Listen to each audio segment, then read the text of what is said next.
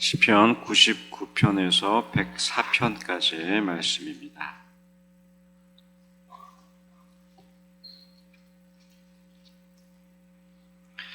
시편 99편은 야훼 왕권시로 분류됩니다.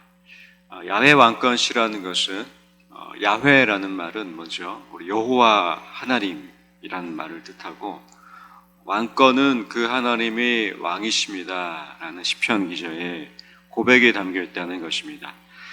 1절 말씀 함께 읽겠습니다. 여호와께서 다스리시니 만민이 떨 것이요 여호와께서 그룹 사이에 좌정하시니 땅이 흔들릴 것이로다. 여호와께서 다스리신다는 시편 기자의 고백으로 시편 99편은 시작하고 있습니다.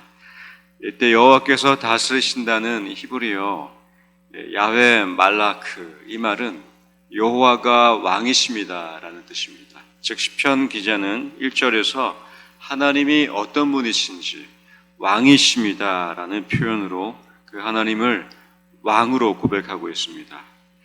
우리는 보통 하나님 하면 아버지로 많이 떠오를 때가 많습니다. 아무래도 우리 인생 속에 어렵고 힘든 어려운 순간을 의지하는 것이 우리 신앙의 대부분이기 때문에 우리에게는 하나님의 속성이 아버지, 주님으로 고백될 때가 많은데, 그러나 하나님은 왕이십니다. 다스리시고 창조하신 분이십니다.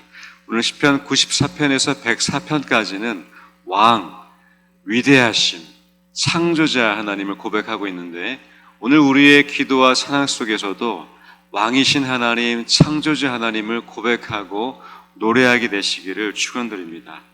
4절 한 말씀 함께 읽겠습니다. 능력 있는 왕은 정의를 사랑하느니라. 주께서 정의를 견고하게 세우시고 주께서 야곱에게 정의와 공의를 행하시나이다. 이 하나님이 왕이 될 때는 속성이 정의와 공의의 하나님이 되십니다. 아버지 하나님이 되시면 보통 사랑과 용서와 은혜의 하나님인데, 하나님이 왕이 되실 때는 그 하나님은 정의, 공의, 다스리심, 심판, 주관, 주권, 이러한 고백으로 하나님을 설명할 수가 있게 됩니다. 따라서 4절 고백처럼 하나님은 정의와 공의로 심판하시고 공평하신 왕이 되십니다. 8절 말씀 함께 읽겠습니다. 여호와 우리 하나님이여, 주께서는 그들에게 응답하셨고 그들의 행한 대로 갚기는 하셨으나 그들을 용서하신 하나님이시나이다. 우리 8절 고백처럼 하나님은 갚으시고 심판하시는 정의와 공의의 왕이신데, 그런데 또 그들을 용서하시는 하나님이십니다 라고 시편 기자는 고백합니다. 하나님의 두 가지 속성이 있습니다. 한편에는 사랑과 용서가 있고 또 한편에는 정의와 공의가 있습니다. 그런데 시편 99편에서 중요한 것은 하나님이 사랑과 용서하실 때만 찬양하는 것이 아니라 하나님이 정의와 공의로 심판하실 때에도 이 시편 기자는 그 하나님을 찬양하고 있다는 것입니다. 우리의 찬양은 사랑과 용서에만 머무는 것이 아니라 더 확장되어서 하나님의 정의와 공의로 왕처럼 심판하실 때에도 그 하나님은 찬양받기에 합당하신다는 것입니다. 그 하나님이 바로 우리의 찬양의 고백을 통해 왕이십니다라는 고백과 찬양을 받으실 때, 그 하나님은 왕이시기 때문에 심판하실 때에도 찬양받으시고 공의와 정의를 행하실 때에도 찬양 받으시는 분이 되십니다. 그 하나님을 왕으로 찬양하시면서 사랑과 용서뿐만 아니라 정의와 공의로 심판과 다스리실 때에도 우리 인생 가운데에 찬양 받으시기를 주님의 이름으로 축원드립니다. 100편입니다. 감사 찬양 시입니다. 시편 기자는 1절에서 온 땅을 향해서 찬양하라고 이렇게 명령하고 있는데, 우리 1절 말씀 함께 읽겠습니다. 온 땅이여 여호와께 즐거운 찬송을 부를지어다. 그리고 3절 말씀도 함께 읽겠습니다. 여호와가 우리 하나님이신 줄 너희는 알지어다. 그는 우리를 지으신 이요 우리는 그의 것이니 그의 백성이요 그의 기르시는 양이로다. 찬양의 이유가 있습니다. 바로 여호와가 우리 하나님이신 것을 알 때에 그때 우리는 찬양하게 됩니다. 그런데 이 우리 하나님을 안다라는 이 원어적 뜻은 오직 하나님이 한 분이시다라는 뜻을 가지고 있습니다. 그러니까 이 세상에 많은 신들을 경험해 봤는데, 많은 사람을 경험해 봤는데, 이 성경에서 말하는 이 여호와 하나님이 유일한 오직 한 분의 하나님이신 것을 알 때, 깨달을 때에 우리는 그 하나님을 찬양할 수밖에 없게 됩니다. 4절에서 5절까지 말씀도 함께 읽겠습니다. 감사함으로 그의 문에 들어가며 찬송함으로 그의 궁정에 들어가서 그에게 감사하며 그의 이름을 송축할지어다. 여호와는 선하시니 그의 인자하심이 영원하고 그의 성실하심이 대대에 이르리로다. 감사의 찬양의 이유는 또 하나가 있는데, 바로 우리 하나님이 선하시고 인자하신 분이기 때문에 우리는 또한 그 하나님을 찬양합니다. 우리의 감사의 찬양의 고백은 따라서 하나님이 유일한 오직 한 분이심을 알 때 찬양하게 됩니다. 그리고 그 하나님이 우리 인생에 얼마나 선하고 인자한 분이신 것을 맛볼 때에 우리는 찬양하게 됩니다. 그 감사의 찬양이 우리 삶 가운데에 하나님을 아시게 될수록, 그 하나님의 선하심과 인자하심을 경험하게 되실수록 더욱더 감사하시며 찬양하시기를 주님의 이름으로 축원드립니다. 101편입니다. 101편은 다윗의 맹세 시입니다. 이때 다윗은 왕으로 이스라엘을 다스릴 때, 다윗 왕이 예루살렘으로 법궤를 옮기기 전에 이 101편을 노래한 것으로 추정됩니다. 1절에서 2절의 고백 함께 읽겠습니다. 내가 인자와 정의를 노래하겠나이다. 여호와여 내가 주께 찬양하리이다. 내가 완전한 길을 주목하오리니 주께서 어느 때나 내게 임하시겠나이까. 내가 완전한 마음으로 내 집안에서 행하리이다. 이 다윗은 정의와 완전한 마음으로 이스라엘을 다스리겠다고 하나님 앞에 맹세하고 있습니다. 그 하나님의 성품이 정의로우시고 공의로우셨기 때문에 다윗 또한 자신에게 맡겨진 직분, 왕이라는 신분을 하나님의 성품, 그 성품대로, 방법대로 나라를 다스리겠다고 맹세하고 있습니다. 8절 말씀 함께 읽겠습니다. 아침마다 내가 이 땅의 모든 악인을 멸하리니 악을 행하는 자는 여호와의 성에서 다 끊어지리로다. 아침마다 악한 것을 살피면서 악한 것이 있다면 이것을 끊어내겠다고 다윗은 그처럼 이 악을 미워하고 정의를 사랑하겠다고 아침마다 결정하고 있습니다. 시편 7편 9절에도 다윗은 이렇게 고백했는데, 악인을 끊고 의인을 세우소서라고 기도합니다. 이처럼 다윗은 이 자신의 삶 속에, 자신의 왕의 이 직분 속에서 악과 또한 하나님의 말씀에 어긋나는 모든 것들을 끊어내기 위해서 그렇게 몸부림치며 기도했던 사람입니다. 우리의 삶 속에서도 어떤 것이 악한 것인지 선한 것인지 사실 분별이 경계선이 무너질 때가 있습니다. 신앙이 아무리 우리가 깊고 성숙할지라도 우리는 감정적인 사람이기 때문에 한순간에 우리에게 닥쳐진 억울함과 또 어려움 속에 우리는 이 선과 악이 무너질 때가 있습니다. 그런데 다윗은 끊임없이 자신을 살피며 자신의 나라를 살피며 악을 끊어내기 위한 맹세로 하나님 앞에 고백합니다. 특별히 우리가 적용하고 싶은 것은 5절 말씀인데, 우리 5절 말씀 함께 읽겠습니다. 자기의 이웃을 은근히 헐뜯는 자를 내가 멸할 것이요 눈이 높고 마음이 교만한 자를 내가 용납하지 아니하리로다. 우리는 평범한 시민입니다. 우리는 다윗처럼 왕은 아니지만 우리가 시민으로 또 주민으로 이웃으로 살아간다는 것은 바로 5절 말씀을 실천하는 것이 아닐까 돌아보게 됩니다. 그것은 이웃을 은근히 헐뜯는 것을 멸하는 것입니다. 은근히 말은 말에 좀 주목해 볼까요? 이웃을 얘기를 나누시다 보면은 우리 성도님과도 그렇습니다. 뭔가 얘기하다 보면은 은근슬쩍 아닌 듯한데 뭔가 얘기 쭉 들어보면 이렇게 헐뜯고 싶고 좀 깎아내리고 싶을 때가 있습니다. 그런 은근함, 그 은근함을 우리는 잘 주의해서 그렇지 않도록 우리를 살피는 것, 그것이 오늘 101편에 다윗이 하나님 앞에 맹세했던 것처럼 우리도 하나님 앞에 맹세하고 우리 이웃을 세워주길 원합니다 라는 고백되시기를 주님 이름으로 축원드립니다. 102편입니다. 고통의 탄식시입니다. 무명의 시편 기자가 고백한 노래인데, 이때 시편 기자는 개인의 고통이 아닌 민족의 아픔과 고통을 탄식하고 있습니다. 1절에서 11절까지는 탄식의 고백입니다. 1절에서 2절까지 말씀 함께 읽겠습니다. 여호와여 내 기도를 들으시고 나의 부르짖음을 주께 상달하게 하소서. 나의 괴로운 날에 주의 얼굴을 내게서 숨기지 마소서.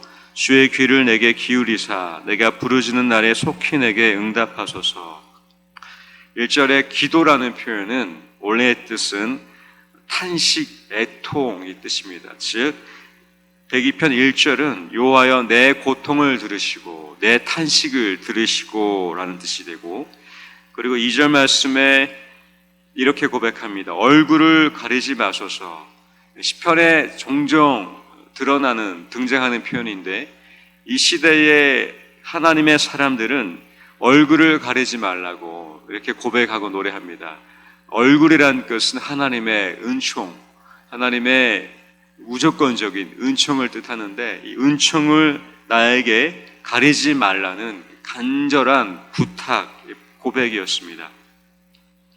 그리고 15절에서 17절까지는 이 시편 기자는 11절까지 이 민족의 아픔에 대한 고통과 탄식이 있었지만 15절 이후부터 끝내 주님은 찬양받으실 것이고 주님의 이 우리나라가 다시 회복될 것이며 17절에서 빈궁한 자의 기도를 들으실 것이다 라고 고백합니다.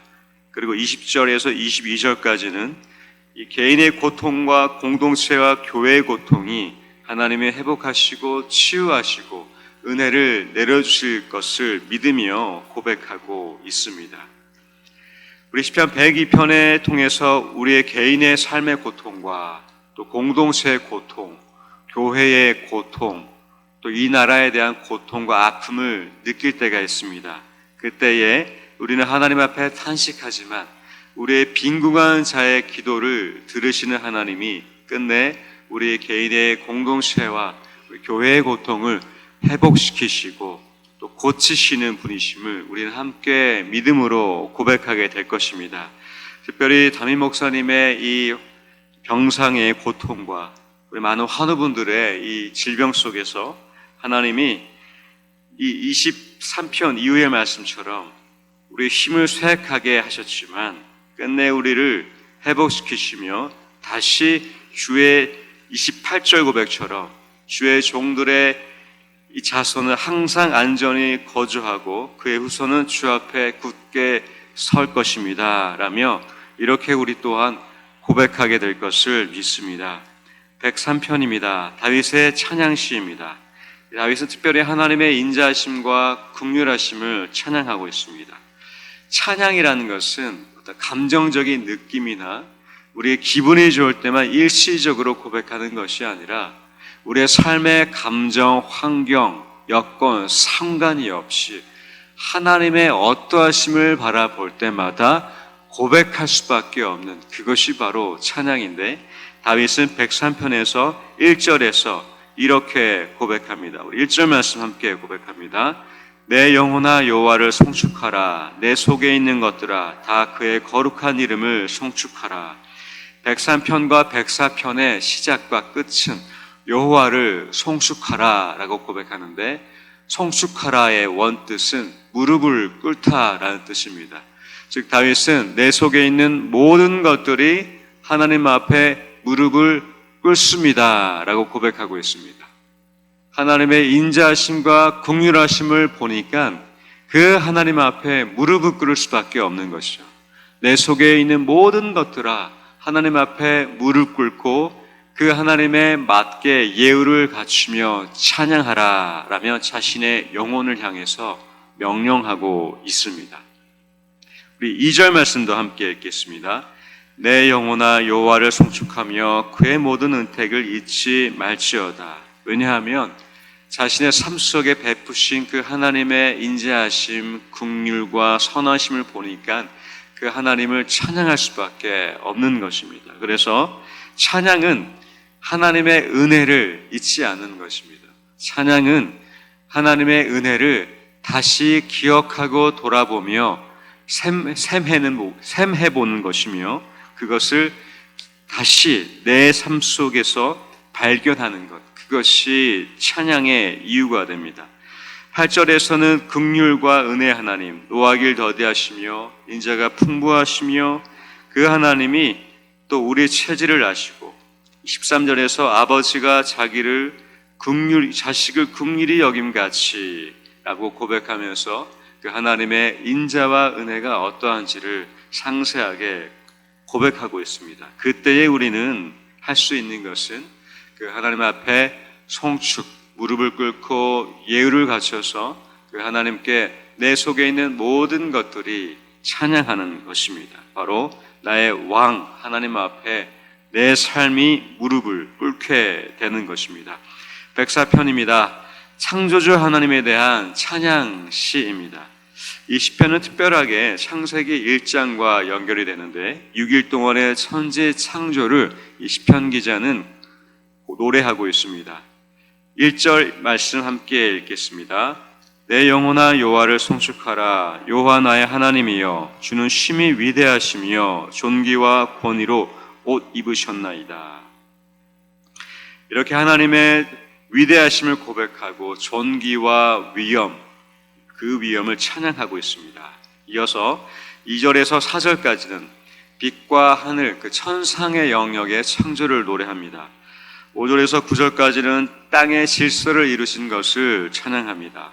10절에서 18절까지는 이 땅의 생물을 돌보시는 하나님의 창조를 노래하는데 특별히 이스라엘의 가나안이 베푸신 그 하나님의 은혜를 이 샘이 샘솟고 비가 땅을 적시는 것으로 묘사하고 있습니다. 19절에서 23절까지는 시간의 질서의 창조를 노래하고 24절에서 30절까지는 이 바다와 땅의 생명을 주관하신 그 창조를 노래합니다. 이어서 31절에서는 그 하나님의 영광이 영원히 함께 하심을 노래합니다. 그리고 33절의 말씀에서 이렇게 고백하는데 우리 33절의 말씀 함께 읽겠습니다. 내가 평생토록 여호와께 노래하며 내가 살아있는 동안 내 하나님을 찬양하리로다. 결국 이 창조, 하나님의 창조와 돌보심과 다스리심과 모든 것들을 만물을 주관하심을 볼 때에 우리의 고백은 평생 그 하나님을 노래하고 찬양하겠습니다라는 헌신과 평생에 대한 하나님을 찬양하는 고백이 됩니다. 푸른 여름이 시작되었습니다. 장마가 시작되고 또 푸르른 이 맑고 화창한 이 더운 여름 속에 특별히 자연의 만물이 우리 삶의 이 주의를 애워쌉니다. 이때에 하나님의 창조와 돌보심과 이 만물을 소생시키시는 이 하나하나의 이 자연을 보실 때마다 우리는 33절처럼 평생토록 하나님 노래하고 찬양하겠습니다라는 이 고백이 이 여름에 가득하셨으면 좋겠습니다. 그래서 그 창조 위대하신 존귀와 위엄의 하나님이 나의 작은 인생 삶을 창조하셨고 다스리시며 가꾸시고 돌보심 앞에 하나님을 경외하게 되고 영원히 나와 함께 하시는 그 하나님을 찬양하시는 우리의 여름 되시기를 주님의 이름으로 축원드립니다. 이제 시편 94편부터 104편까지의 말씀을 경청하겠습니다. 주의 말씀은 내 발의 등이요 내 길의 빛이십니다. 아멘.